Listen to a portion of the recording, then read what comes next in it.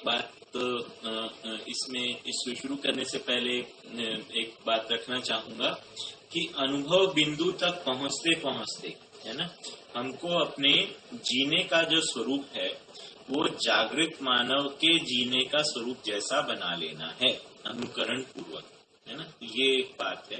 अनुभव के उपरांत ज्ञान स्वत्व हो जाता है और फिर उसी आचरण को, मतलब जो अध्ययन क्रम में जो आचरण को हम साधे हैं, फिर उसी आचरण को अधिकार पूर्वक जीना होता है। तो अनुभव से पूर्व अभ्यास का स्वरूप अनुभव मूलक अभ्यास का अनुकरण ही है ना। तो ये एक बात को हम ध्यान रखेंगे। एक बार बाबा जी के साथ में चर्चा कर रहे थे कि क्या ऐसा है कि हमारी जो निरर्थकताएं हैं वो अनुभव के बाद छट जाएंगी या फिर निरर्थकताएं छटेंगी उसके बाद अनुभव होगा, है ना। तो एक बार फिर से रिपीट करूं अपने क्वेश्चन को। मेरा क्वेश्चन ये था उनके साथ में, क्या ऐसा है कि हम अनुभव करेंगे तब हमारी निरर्थकताएं छटेंगी या हमारी निरर्थकताएं छटेंगी तब हम अनुभव के पात्र बनेंगे। तो उन्होंने इस बात को कहा कि कोई अच्छी चीज साफ जगह पर ही रखी जाएगी, है ना। इसका मतलब निरर्थकताएं अपनी जो हैं उनको जब तक हम अभ्यास पूर्वक जो है वो उनको छोड़ते नहीं हैं तब तक सार्थकता का अधिकार स्वयं में बनता नहीं है ना। तो ये जो अध्ययन और अभ्यास में क्रमशः जो मानवीयतापूर्ण आचरण का अनुकरण है ये आवश्यक है ना। तो ये उस समय अनुकरण में वो अपने अधिकार पर नहीं रहता है, अनुभव के बाद में वही चीज अपने अधिकार पर हो जाती है। तो उसके बारे में मानव व्यवहार दर्शन में अध्याय 17 में इस बारे में बात हुई थी कि अपराध के अभाव में आशा का प्रत्यावर्तन, अन्याय के अभाव में विचार का प्रत्यावर्तन, आसक्ति के अभाव में इच्छा का प्रत्यावर्तन तथा अज्ञान के अभाव में संकल्प का प्रत्यावर्तन होता है। तो ये क्रम है कि पहले आदमी जो है वो अपराध को छोड़ेगा तब जाके उसका मन जो है विचार के अनुरूप चलने के लिए तैयार होगा। अपराध में जो है जब शरीर अनुकूलता के अर्थ में ही सारा कार्यकलाप है, उसमें ऐसा करते हुए ज्ञान प्रमाणित हो जाए ऐसा कोई संभावना नहीं। फिर उसके बाद में जब अन्याय के अभाव में विचार का प्रत्यावर्तन, आसक्ति के अभाव में इच्छा का प्रत्यावर्तन, इसमें इस तरीके का क्रम बना हुआ है ना। तो इस वाले अध्याय में अध्याय 5 पेज नंबर 30 में पहला सूत्र ही है कि ब्रह्मानुभूति के जो है ब्रह्मानुभूति की क्षमता को पाने का अधिकारी कौन है ना। तो कैसे होगा, तो इसमें लिखा है जिस मानव के उत्पादन का अधिकांश भाग अखंड समाज सार्वभौम व्यवस्था में और न्यून अंश परिवार में उपयोग सदुपयोग के निमित्त प्रयुक्त होता है वही श्रेष्ठ मानव है ना। तो इस तरह से श्रेष्ठता के साथ ही अनुभव की योग्यता है, वही ब्रह्मानुभूति क्षमता को पाने का अधिकारी है। शरीर के द्वारा संपन्न होने वाले, पेज नंबर 31 है ना, पहला सूत्र अपन पढ़ रहे हैं। शरीर के द्वारा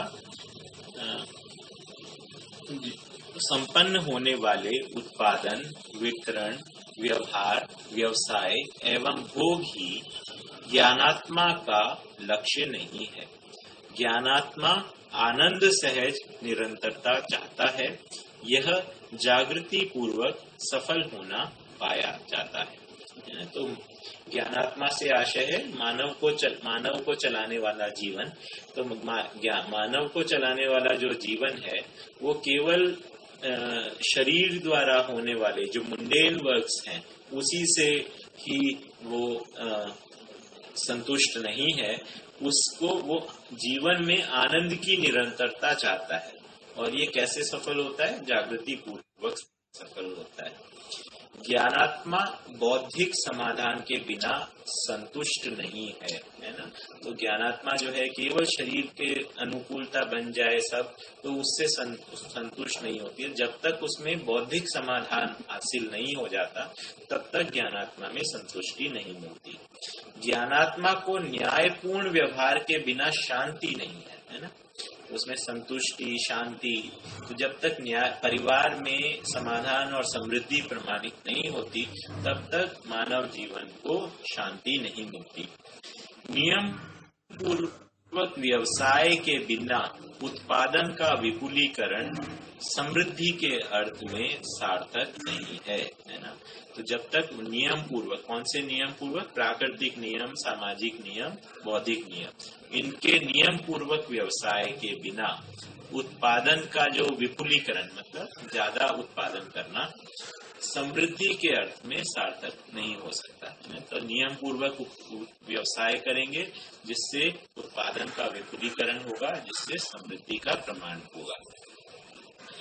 उत्पादन मात्र का आस्वादन स्थूल शरीर के पोषण, संरक्षण एवं समाज गति सीमांतवर्ती उपादेयी है। तो उत्पादन की सीमा क्या है ना। उत्पादन की सीमा और उसकी उपयोगिता कहाँ है, कहाँ तक है?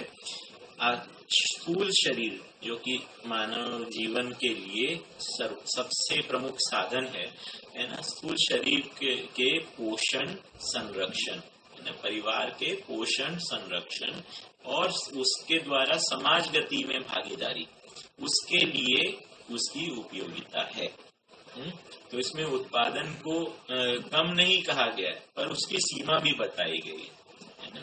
तो जो ये भाग जो है बौद्धिक समाधान है, वो उत्पादन की सीमा में नहीं आ रहा है ना, पर वो समाज गति में भागीदारी में आ रहा है, परिवार के पोषण संरक्षण में आ रहा है, जो कि आवश्यक है।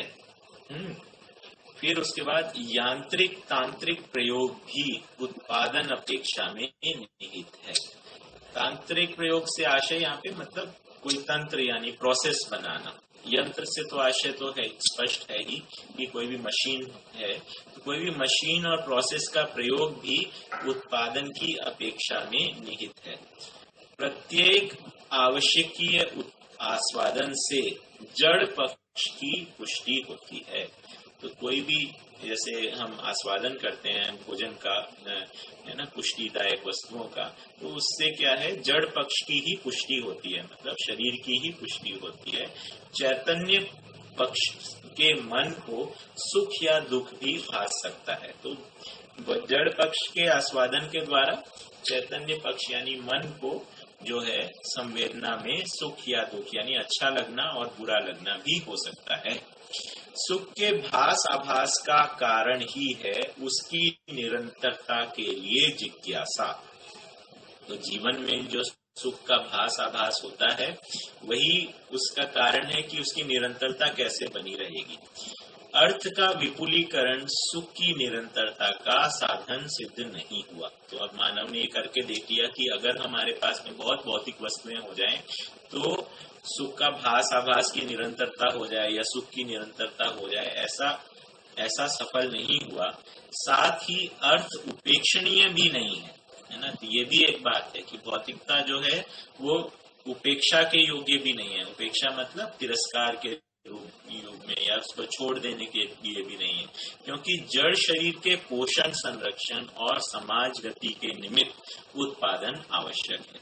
उत्पादन एक आवश्यक वस्तु है, मानव के जीवन का एक आवश्यक भाग है ना। और क्या किसके लिए आवश्यकता है? शरीर के पोषण, संरक्षण और समाज गति के लिए। अर्थ के सदुपयोग में सभ्यता और आचरण प्रकट होता है। अब इस अर्थ का सदुपयोग जब होगा, तब मानव की सभ्यता और आचरण का प्रकट होगा, है ना। जिसकी अक्षुण्णता ही अग्रिम विकास एवं जागृति सहज परंपरा का उदय है। तो इसको बनाए रखना ही परंपरा का उद्देश्य है। तो एक बार बाबा जी के साथ में चर्चा हुई थी कि मतलब वो इस बात को कहना चाह रहे थे कि दिव्य मानव जो है है ना, वो ऐसा नहीं है कि मतलब वो उसको आप कोई काम नहीं करना है, उसको परिवार में नहीं रहना है और उसको मतलब कोई उत्पादन नहीं करना है। उन्होंने कहा कि दिव्य मानव कोई भीख मांग कर नहीं खाएगा, है ना, तो वो भी अपने स्वायत्त विधि से ही जिएगा, अपने अपने अपना जो है आर्थिक रूप से अपने परिवार की जिम्मेदारियों को के लिए स्वयं जिम्मेदार होगा और उसी विधि से वो अपने आचरण को, मानवीयतापूर्ण आचरण को ही व्यक्त करेगा। तो उस अर्थ में उत्पादन जो है वो है ना, दिव्य मानवीयता के आचरण में भी एक अविभाज्य आयाम है। न्यायपूर्ण सामाजिक व्यवहार ही सुख एवं शांति सहज निरंतरता है। धर्म पूर्ण विचार ही समाधान है जो संतोष सहज निरंतरता है। धर्म विहीन वस्तु या इकाई नहीं है। तो हम यहाँ पे समझे ही हैं, चाहे जड़ हो या चैतन्य हो, सभी प्रकृति जो है वो धर्म के साथ में ही है। प्रत्येक इकाई में रूप, गुण, स्वभाव और धर्म का अध्ययन प्रसिद्ध है। तो हमने इस बात का स्थान स्थान पर अध्ययन किया है कि प्रकृति की जो इकाइयां हैं उसकी पूर्ण व्याख्या हो जाती है अगर इन 4 आयामों को हम अध्ययन कर लेते हैं उसके, है ना। तो इकाई का रूप है, उसका परस्परता में प्रभाव है ना, उसकी उपयोगिता और पूरकता है, उसकी मौलिकता, उसका स्वभाव है, और धर्म उसकी जो है आइडेंटिटी है, उसकी अविभाज्यता है ना, जिससे उसके साथ में जिससे जो उसकी धारणा है। तो इस तरीके से रूप, गुण, स्वभाव और धर्म के रूप में प्रकृति की सभी इकाइयां हैं, है ना। और इस प्रकार से जो प्रकृति को एक व्यवस्था के रूप में पहचानना बन पाता है, और उसका जब कोई चीज व्यवस्था के रूप में होती है तभी उसका अध्ययन हो सकता है। अगर कोई चीज माया है ना, एक इल्यूजन है, या कोई केओस है, मतलब जिसके अंदर कोई व्यवस्था नहीं, तो उसका अध्ययन नहीं हो सकता। ब्रह्मानुभूति ही परमानंद है, यही आनंद की निरंतरता है, आनंद सहज निरंतरता है ना। तो परमानंद को कहा है, आत्मा जो है जो व्यापकता में अनुभव करती है उसको परमानंद कहा है, और बुद्धि जो आत्मा में अनुभव करता है उसको आनंद कहा है। तो आनंद की निरंतरता जो है और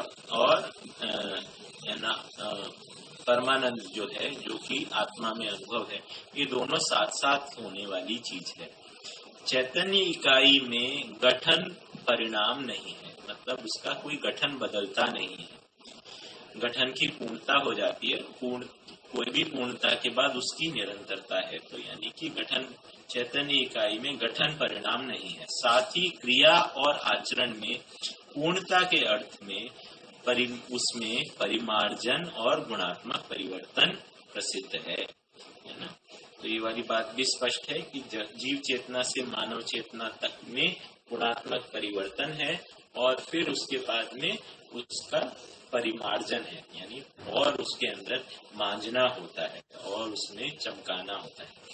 आशा, आकांक्षा, विचार, विवेक और कला, कुशलता, निपुणता तथा पांडित्य के अनुरूप में क्रिया, यहाँ पे जीवन क्रिया से आशय है, आस्वादन एवं अनुभूति के अर्थ में प्रत्यक्ष है। तो इसमें ये बेसिकली आस्वादन और अनुभूति का जो नाम दिया गया है वो जड़ पक्ष के अर्थ में आस्वादन का नाम दिया है और ज्ञान के अर्थ में अनुभूति। तो जीवन जो है उसकी जो क्रियाएं हैं वो या तो जड़ पक्ष के आस्वादन से संबंधित हैं या फिर ज्ञान में अनुभव से संबंधित हैं। अगला है, प्राप्य का ही आस्वादन एवं सानिध्य प्रसिद्ध है ना। तो हमने जो ये योग वाला अध्याय है जो मानव व्यवहार दर्शन में उसमें पढ़ा था कि 2 प्रकार के योग हैं, प्राप्य योग और प्राप्त योग। तो प्राप्य योग मतलब जो प्रकृति की इकाइयों के साथ, तो प्राप्य का ही आस्वादन एवं सानिध्य। आस्वादन तो हमें पता ही है, भौतिकता के साथ में जुड़ा है, और सानिध्य मतलब पास आना। प्राप्त में ही अनुभूति है, यह व्यापक ब्रह्म ज्ञान सत्य है ना। व्यापक ब्रह्म है यानी ये एक इम्पोर्टेंट स्टेटमेंट है। व्यापक में ही जड़ चैतन्य प्रकृति अविभाज्य वर्तमान है। यह एवं उसकी अनुभूति देश काल आदि सीमा से मुक्त है। यानी अनुभव जो है वो उसमें समय का और स्थान की सीमा से मुक्त है, क्योंकि समय और स्थान जो है वो शरीर के साथ जीने के साथ में जुड़ता है ना।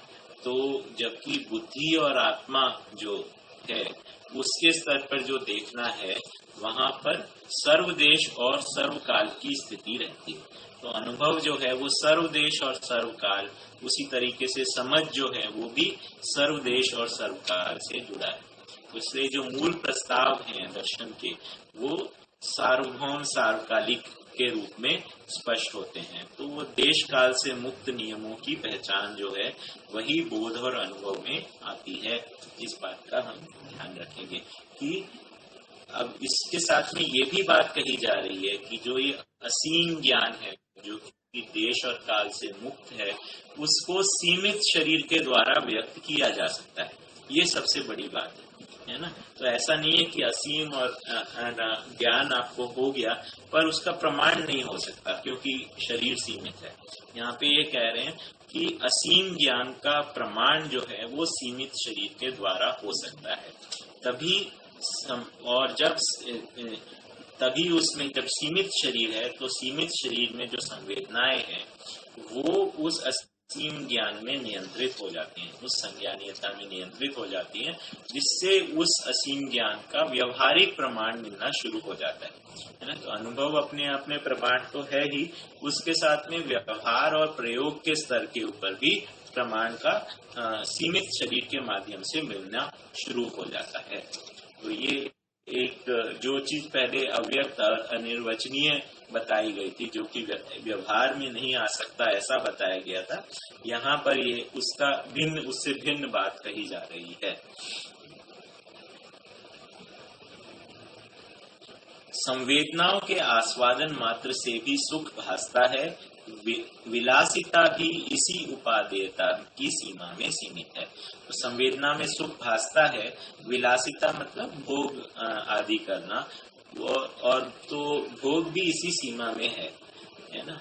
तो विलासिता से सुख की निरंतरता नहीं है, यदि होती तो विलासिता की भी निरंतरता होती। इसका मतलब यही है कि किसी एक सीमा के बाद में जो भोग विलास जो है वो असहनीय हो जाता है, उसको अब ऐसा लगता है अब इसको बंद करो, है ना। तो वो इस प्रकार से सुख की निरंतरता जो है वो विलासिता में नहीं है, इस बात को यहाँ कहा जा रहा है। किसी भी प्रकार का भोग विलास या आराम एक अवधि के अनंतर यानी एक समय के बाद अप्रिय, अनावश्यक तथा असहनीय होता है। यह प्रसिद्ध है, मतलब ये इस्टेब्लिश्ड है। आहार विहार की क्षण भंगुरता प्रसिद्ध है। ये तो स्पष्ट है ही कि हम खाना पीना रहन सहन जो है वो एक तरीके से ब्रिटल होता ही है कि हम जब खा लेते हैं तो फिर उसके बाद और खाते ही रहें, ऐसा हो नहीं सकता, है ना। और हमें कहीं घूमना है, रहन ऐसा करना है तो घूमते ही रहे, हमें सुख उससे मिलता ही रहे, ऐसा नहीं होता, है ना। एक समय आकर होता है कि बहुत हो गया घूमना, अब उधर चलो। तो इस प्रकार से आहार विहार की क्षण भंगुरता प्रसिद्ध है। मानवीयता पूर्ण जीवन में आहार विहार आदि में संयम तथा आवश्यकता से अधिक उत्पादन और कम उपभोग के सिद्धांत की स्थापना और पालन होता है। तो ये बात ठीक हुई। तो आहार विहार बंद हो जाता है, ऐसा नहीं, आहार विहार में संयम हो जाता है और आवश्यकता से अधिक उत्पादन हो जाता है, और जितना उत्पादन है उससे कम उपभोग हो जाता है ना। तो उत्पादन खूब करना है और उससे कम उपभोग करना है, और जो शेष है उसको सदुपयोग में लगाना है, ऐसा मानवीयता के स्वरूप में स्थापित होता है। एषणा त्रय में, है ना, वो हम बात किए थे, लोकेशना, वित्तेषणा, कुत्तेषणा। इसमें से वित्तेषणा से कुत्तेषणा और उत्तेजना से लोकेशना श्रेष्ठ होने के कारण मानवीयता से अधिक स्थिति अति मानवीयता को पाने के लिए जिज्ञासा प्रसिद्ध है। तो वित्तेषणा जो है वो भौतिक वस्तुओं से संबंध है, उत्तेजना जो है वो मानवों से संबंधित है ना, और जनों और लोगों के हमारे साथ हो जाए, है ना, चाहे वो हमारी ही संतान के रूप में हो, हमारे परिवारों के रूप में, हमारे साथ में रहने वाले लोगों के रूप में हो। तो उत्तेजना है वो जनबल कामना है, वित्तेषणा जो है वो धनबल कामना है, और लोकेशना जो है वो अपने यश की कामना है, अपने पहचान के साथ में जो है यश की कामना है। तो इनमें श्रेष्ठता का क्रम है ना। ये तीनों सामाजिक हैं, ये तीनों इच्छाएं सामाजिक हैं, लेकिन इसमें श्रेष्ठता का क्रम है। तो मानव जिन चीजों को पा लेता है उसकी निरंतरता हो जाती है और फिर उससे आगे की ओर बढ़ता है। तो उसी तरीके से वित्तेषणा से पुत्तेषणा से फिर लोकेशना और फिर लोकेशना से भी अधिक जो है दिव्य मानवीयता की स्थिति। तो इस प्रकार से ऐष्णा मुक्ति जिसको कह रहे हैं, तो इसलिए उसके लिए क्रमशः जिज्ञासा होती है। तो हमने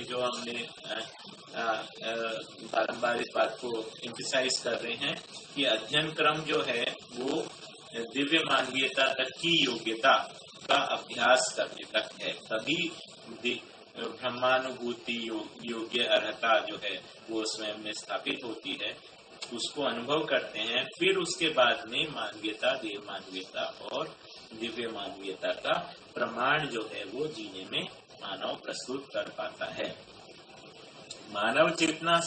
मानव ऐष्णात्रय में से के लिए उत्पादन के अधिकांश को नियोजित करता है ना। तो मानव चेतना संपन्न मानव जो है अपना जो उत्पादन कहाँ लगाएगा, ऐष्णात्रय में से के लिए।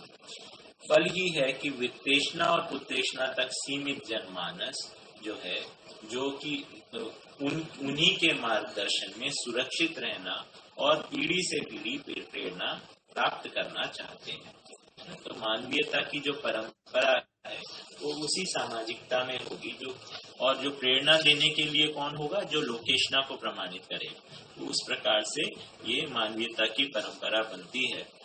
लोकेशना युक्त मानव में धर्मपूर्ण सत्य दृष्टि, धीरता, वीरता, उदारता एवं दयापूर्ण स्वभाव है। यही देव मानव है। ये निर्विवाद रूप से अन्य अजागृत मानव इकाइयों के मार्गदर्शक हैं। तो देव मानवीयता में एक प्रकार से अन्य लोगों के मार्गदर्शन करने के, उनका प्रबोधन करने की बात कही गई है, उनमें समझदारी को स्थापित करने का बात।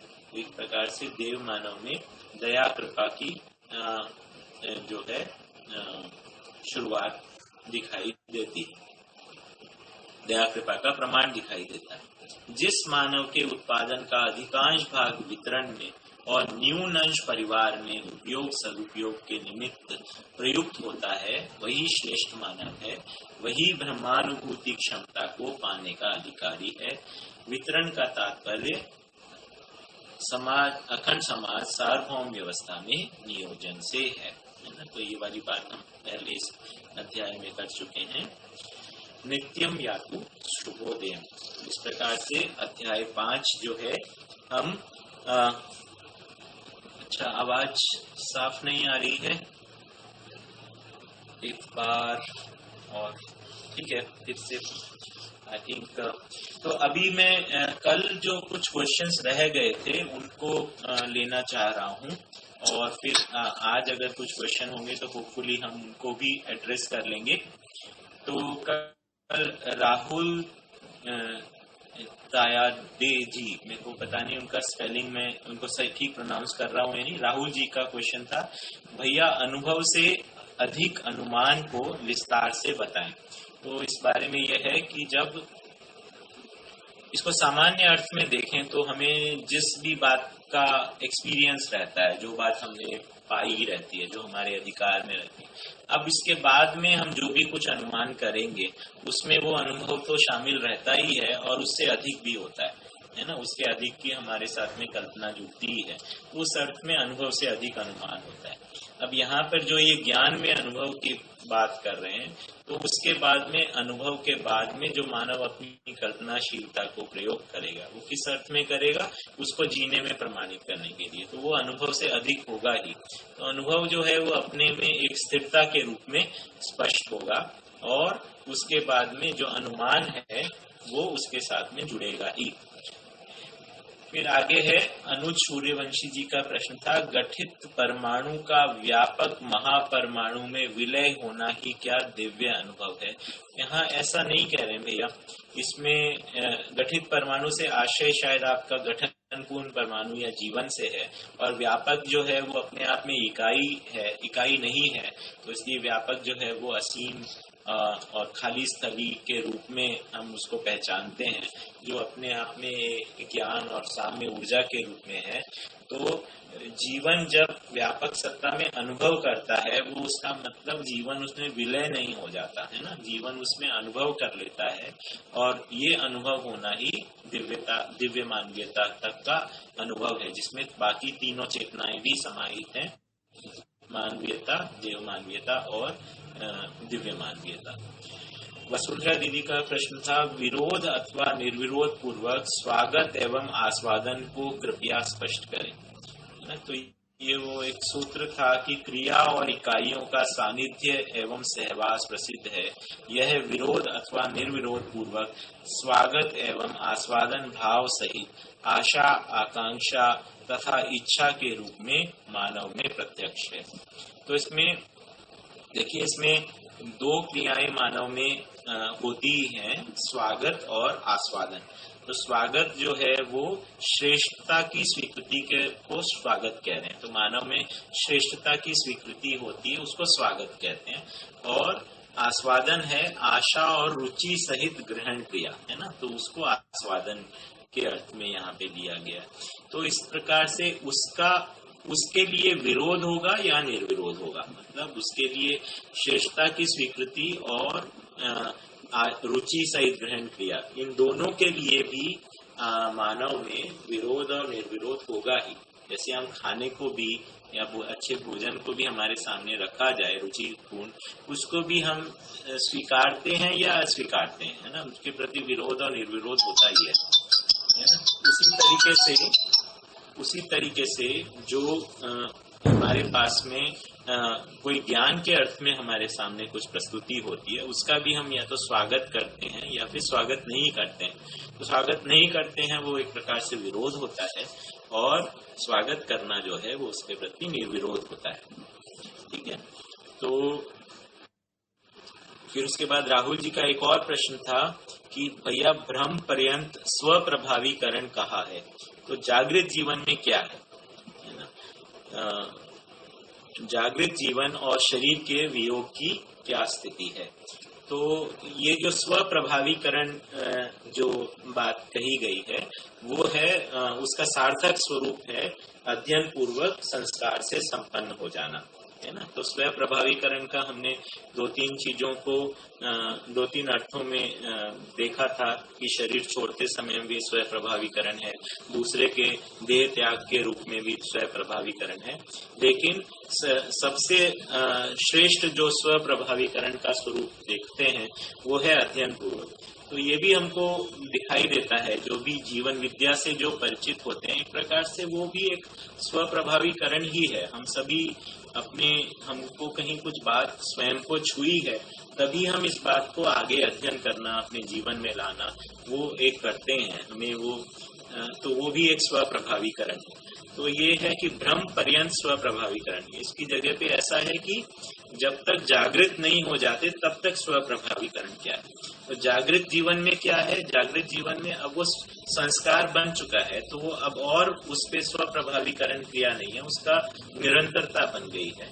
अब जागृत जीवन और शरीर के वियोग की क्या स्थिति है, अब उस स्थिति में जो जागृत जीवन है वो जागृत ही बना रहता है ना।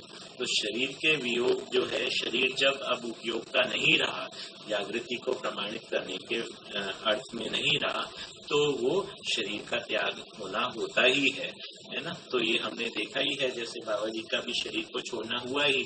तो इसमें ये भी है कि शरीर जो है उसको नियति के अनुरूप ही करना होता है ना। मतलब ऐसा नहीं है कि अब मेरी जागृति पूरी हो गई तो मैं अपने शरीर को छोड़ देता हूँ, ऐसा नहीं है। तो वो नियति और प्रकृति की जो मर्यादा है उसका पालन करना ही होता है, और उसके अनुरूप ही शरीर छोड़ने की क्रिया भी होती है। तो जागृत जीवन और शरीर के वियोग की वही स्थिति है। परिवार के स्वजनों के बीच में जहाँ अपने चिंतन का बना रहे, उस अर्थ में वो अपने शरीर को तब तक बनाए रखते हैं जब तक कि उसकी शरीर की ताकत रहती है, और उसके बाद में शरीर को छोड़ना होता ही है ना, और शरीर का विसर्जन होता है। ये एक सामान्य घटना है ना। उसके बाद सुनील जी का प्रश्न था, भ्रमित मानव में 4.5 क्रिया ही होती है और बुद्धि चुप रहती है, तो बुद्धि को अहंकार क्यों कहा है ना। तो ये वाली बात पे हम कल भी थोड़ी बात किए थे कि बुद्धि चुप रहती है पर सुन तो रही है ना। तो इसका मतलब ये है कि बुद्धि जो है, जो चित्रण बन रहे हैं उनका दृष्टा बनी ही रहती है ना, और जो उनको अस्वीकार करती रहती है, तो उससे एक प्रकार की पीड़ा भी बनी रहती है।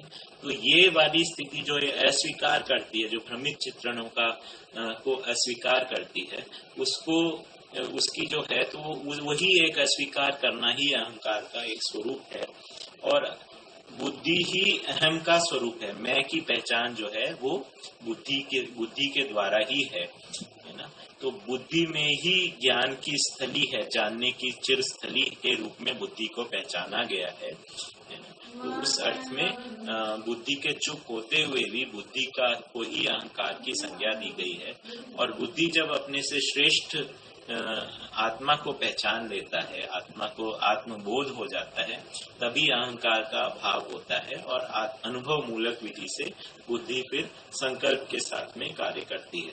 संकल्प के साथ में कार्य करने को अहंकार नहीं कहा गया। फिर अनुज सूर्यवंशी जी ने एक प्रश्न किया है, देव मानव और दिव्य मानव को अनुभव क्या भिन्न भिन्न होता है ना। तो इसमें इसका उत्तर कई बार आ चुका है कि अनुभव एक ही होता है, और इसमें प्रमाणित करने के क्रम में श्रेष्ठता होती है ना। तो अनुभव में कोई वेरिएशन नहीं है। तो अध्ययन अभ्यास पूर्वक मानव चेतना, देव चेतना और दिव्य चेतना, इन तीनों का ज्ञान अर्जित होता है, और उसके अनुरूप अभ्यास होता है। उसके फलस्वरूप अनुभव की पात्रता बनती है। अनुभव होने के बाद में मानव का प्रमाण पहले, फिर देव मानव का, फिर दिव्य मानव का प्रमाण। तो प्रमाण जो है वो अनुभव मूलक विधि से ही होता है। तो ये क्वेश्चंस कल आए थे। मैं आज वाली लिस्ट को भी एक बार देख लेता हूँ, शुरू से देखेंगे।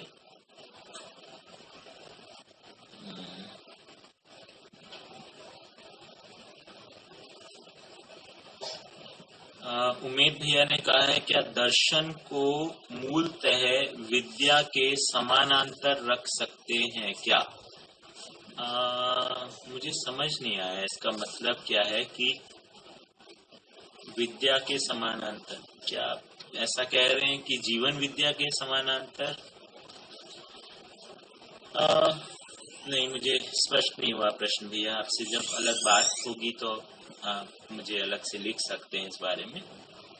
श्यामवीर सिंह भैया ने लिखा है, भैया यदि तीव्र इच्छा शरीर संवेदना के अर्थ में है तो वह संवेग नहीं है। शरीर संवेदना से संबद्ध तीव्रता है तो वह परिणाम आवेश, ह्रास गति ही होना है। इसे समझा जाए तो भैया तीव्र इच्छा जो है वो केवल शरीर संवेदना के अर्थ में नहीं है। जो भी चीज को प्रमाणित करना है, उसके लिए जीने में जो लाना है, उसके लिए तीव्र इच्छा है ना।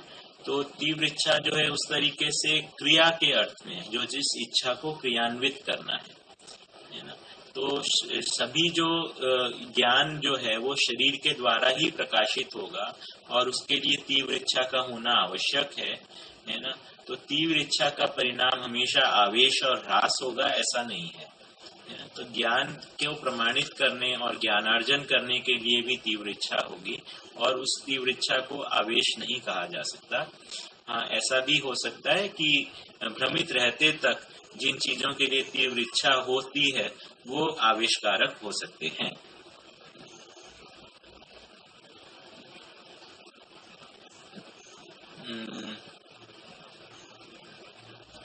ओके।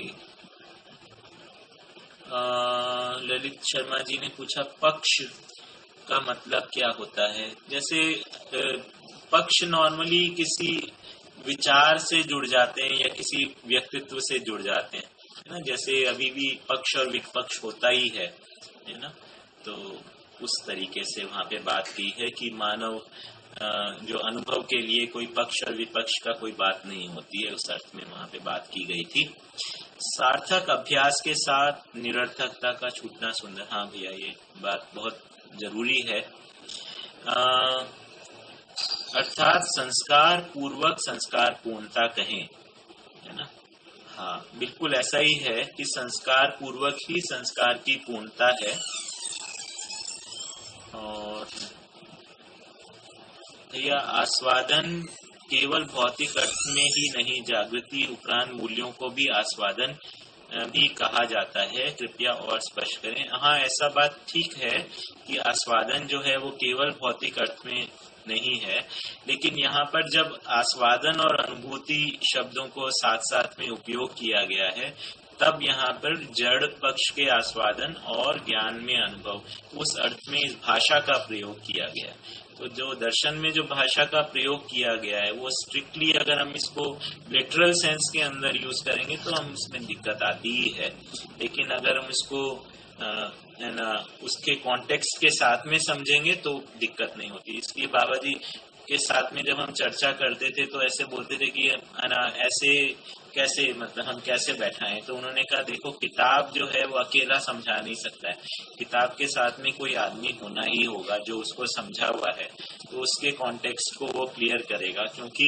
कोई भी चीज को समझने के लिए जो बहुत सारे कॉन्टेक्स्ट को साथ में रेफरेंसेस को देना होता है वो एक आदमी ही कर सकता है, वो कोई किताब या कोई मशीन उसको नहीं कर सकती है ना। भैया, तो क्या व्यक्ति हर तरह के ज्ञान का स्वागत करेगा? नहीं, ऐसा बात तो नहीं कह रहे हैं हम। यहाँ पे स्वागत जो है मतलब जिस अर्थ में यहाँ पे यूज किया गया है वो जागृति के अर्थ में ज्ञान का स्वागत किया है। तो हमने वहाँ पे दो बात की थी, आस्वादन और स्वागत का जीवन में स्वरूप बना रहता है ना। तो स्वागत जो है वो समझने के अर्थ में होता है और आस्वादन जो है वो यहाँ पर भौतिकता के अर्थ में बात किया गया था, है ना। और उसके विरोध और निर्विरोध का स्वरूप बना रहता है। तो मानव जो है वो ज्ञान का स्वागत करने के रूप में रहता ही है ना। और चाहे वो भौतिकता से संबंधित ज्ञान हो या फिर व्यवहारिक ज्ञान हो। आगे है, आगंतुक गुण ही कल्पना है। आगंतुक गुण का तात्पर्य मानवेतर प्रकृति के अनुसार जीने की कल्पना करना है। बढ़िया। तो आशा विचार इच्छा क्या केवल मानवेतर के साथ जीने की कल्पना के ही निमित्त है? नहीं, ऐसा नहीं है ना। तो आशा विचार इच्छा जो है वो केवल मानवेतर के साथ जीने के लिए ही निमित्त नहीं है। आशा विचार इच्छा का एक सार्थक स्वरूप भी है जो कि अनुभव मूलक जीना है और अनुभव के लिए उसको नियोजित करना है। तो जब हम अनुभव के लिए नियोजित करते हैं तो आशा विचार इच्छा जो है मानवेतर प्रकृति के अलावा जो मानवीय भाव और मानवीय इनको भी अपने में उनकी भी कल्पना लाती है और उसकी एक उसके लिए भी अभ्यास करती है। और फिर उसके बाद अनुभव मूलक विधि से तो मानवीय, देव मानवीय, दिव्य मानवीयता का अभ्यास रहता ही है। फिर इसके बाद शामवीर भैया ने लिखा है अध्याय 4 में प्रवेश पूर्वक पारदर्शिता क्या है। तो ये है कि अनुभव मूलक विधि से जो आदमी जीता है उसका ध्यान बना रहता है ना। तो उसमें एक प्रकार की ट्रांसपेरेंसी रहती है कि चीज को वो बहुत पैनी दृष्टि से देख पाता है। तो एक बार बाबा जी के साथ में ऐसी बात हो रही थी, तो उन्होंने कहा था कि जब भी कोई चीज हम देखते हैं तो उसको 3 आयामों में देखते हैं, है ना। तो कैसा वो दिखता है, क्या वो करता है और वो उसका मूल स्वरूप क्या है ना। तो वो ये जो तीसरा जो है, जो मूल स्वरूप क्या है, उसको उन्होंने नाम दिया सूक्ष्म संवेदना। तो ना कि ये अधिकार जो है वो अनुभव मूलक पूर्वक आ जाता है। तो उस तरीके से एक पेनिट्रेशन या प्रवेश पूर्वक देखने का अधिकार बन जाता है। तो उसका फिर उन्होंने बात करते हैं कि इस तरीके से जागृत मानव के साथ छुपना बड़ा मुश्किल है। मतलब उसके सामने जब आप बात कर रहे हैं तो आपके प्रयोजन, आपकी मूलतः आप चाहते क्या हो, इसको वो देख पाता है ना। आपकी पात्रता का, आपकी उसका मूल्यांकन कर पाता है। तो इस प्रकार की एक पारदर्शिता बन जाती है। तो उस पारदर्शिता के साथ में है ना, जब व्यक्ति प्रकट होता है या व्यक्ति अपने प्रबोधन को करता है तो वो बात सीधे सीधे स्वीकार होती है, क्योंकि हमारी पात्रता को जस्ट बिल्कुल प्रिसाइजली वो व्यक्ति पहचानता है और उसके अनुसार अपनी बात को रखता है। तो एक प्रकार से बात कम्युनिकेट होती है और वो स्वीकार होती है ना। हाँ, तो उमेद भैया ने कहा था दर्शन बराबर आकांक्षा बराबर इच्छा। तो वही बात अब मैंने उसमें रखा था कि जो मुझे वो समझ में आया है कि जैसा उन्होंने देखा, उस बाबा जी ने जो जिस परंपरा में पैदा हुए उसमें एक प्रकार का एक देखने का स्वरूप था। उससे उनकी कामना बनी कि कैसा होना चाहिए और उस कामना के आधार पे इच्छा बनी। फिर वो इच्छा जो है वो तीव्र इच्छा के रूप में, और फिर उसके लिए तन मन धन का नियोजन, और फिर उसके बाद में प्रज्ञा गति, ये वाला एक सूत्र था। प्रज्ञा गति मतलब ज्ञान का प्रकट होना, और फिर उसके बाद में उसको जीने में ज्ञान विवेक विज्ञान का प्रकाशन होना, ये वो सूत्र में बताया गया। फिर आगे है शरीर को एवं शारीरिक क्रियाओं को निरंतर अलग कैसे देखा जाए, इसके अभ्यास रोजाना करने के टिप्स दीजिए। क्योंकि बेसिकली में मैं और शरीर दोनों अलग अलग हैं, तो देहाभ्यास से कैसे छूटें। तो देहाभ्यास को तो छोड़ना नहीं है भैया, है ना। तो ये है कि शरीर मूलक जो क्रियाएं हैं उससे अधिक की जो है अभ्यास जो है वो जोड़ने की आवश्यकता है। उसमें सबसे प्रारंभिक अभ्यास जो है, जो मुझको समझ में आता है, वो है व्यवहार में। तो व्यवहार में जो हम अभ्यास करते हैं उसमें वैभव की पहली झलक अपने को मिलती है ना। तो वहां पर ही एक्चुअली जो संबंधों में जो भाग है, चाहे वो सेवा से जुड़ा हो या कृतज्ञता से जुड़ा हो, उन जगहों पर अपने जीवन की विशालता जो है वो सबसे पहले स्पष्ट होती है ना। और फिर उसके बाद में जो ये हम शास्त्र अध्ययन कर रहे हैं वो भी एक्चुअली उससे जो हमारी मानसिकता में एक विशालता का स्वरूप आता है, ये भौतिकता से कहीं ज्यादा है। वो भी एक जीवन की विशालता को हमको एहसास करा जाता है ना। तो ये शरीर जीवन की विशालता का हमें अभ्यास करने की यही जगहें हैं, है ना। तो कर्म अभ्यास जो है वो तो है ना एक आवश्यक ही है ना, उसको तो आवश्यकता के अर्थ में ही है। व्यवहार अभ्यास और जो विचार अभ्यास है, इन दोनों से हमें जीवन की विशालता ज्यादा पता लगती है। मुख्यतः इसमें ज्यादा व्यवहार अभ्यास और विचार अभ्यास, इनसे जीवन की विशालता ज्यादा पता लगती है ना। और उसमें हम स्थिर हो पाते हैं। जैसे जैसे हमारा विचार उसमें स्थिर होता है तो जीवन जो है वो प्राथमिक होता जाता है और शरीर उसके साधन के रूप में स्वीकार होता है, ऐसा मुझको लगता है ना। तो मेरे ख्याल से लगभग सभी प्रश्न हो गए हैं इसमें। तो सभी को बहुत धन्यवाद, है ना। कल जो है वो श्रीराम भैया प्रबोधित करेंगे आगे के अध्याय 6, 7 और 8, है ना। जो है वो कल परसों